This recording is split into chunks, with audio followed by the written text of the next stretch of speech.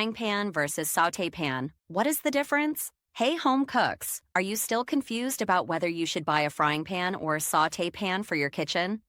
What if I told you that choosing the wrong one could be sabotaging your cooking results and wasting your money on the wrong tool? Today, we're revealing the crucial differences between frying pans and saute pans. And trust me, once you understand these distinctions, you'll know exactly which one belongs in your kitchen. But seriously, can the shape of a pan really make that much difference in your cooking? And why do some recipes specifically call for one or the other if they seem so similar? Let's solve these cookware mysteries once and for all. First, let's address what makes these pans actually different. While they might look similar, frying pans and saute pans have completely different designs that dramatically affect how they cook food. It's literally like comparing a sports car to an SUV. Both vehicles, but built for totally different purposes. So, what are the real differences? Here's the complete breakdown you need to know. Here are the 3 key differences that determine which pan you actually need. First, sidewall height and shape. Frying pans have low slanted sides, 1 to 2 inches, that flare outward, making flipping and turning food easy. Saute pans have tall, straight sides, 2 to 3 inches, that create more volume and prevent splashing. But here's what's crucial. Those side shapes completely change what cooking techniques work best.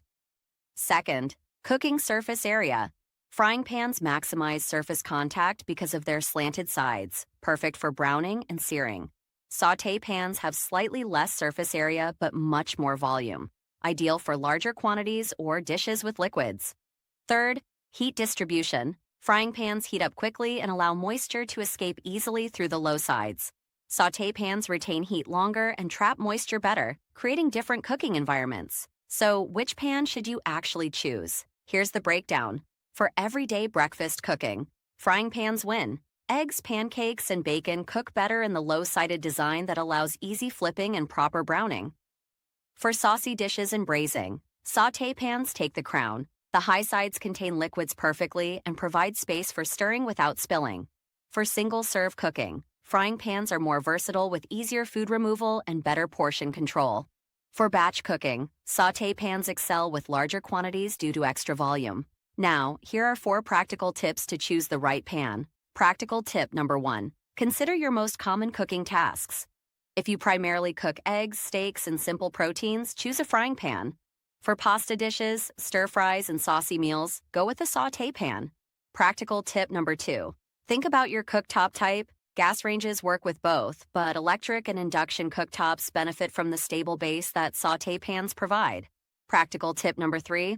Evaluate storage space. Frying pans stack easier, while saute pans take more space but often include lids for versatility. Practical tip number 4. Consider experience level. Beginners find frying pans more forgiving, while experienced cooks appreciate saute pan versatility. What about sizing? Here's your quick guide. 8 to 10-inch frying pans, perfect for 1 to 2 servings. 10 to 12-inch frying pans, ideal for families' 3 to 4-quart saute pans. Great for most home cooking.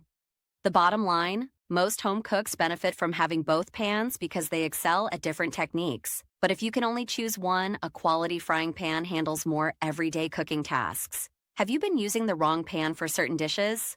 What's your experience with these pan types? Drop a comment below.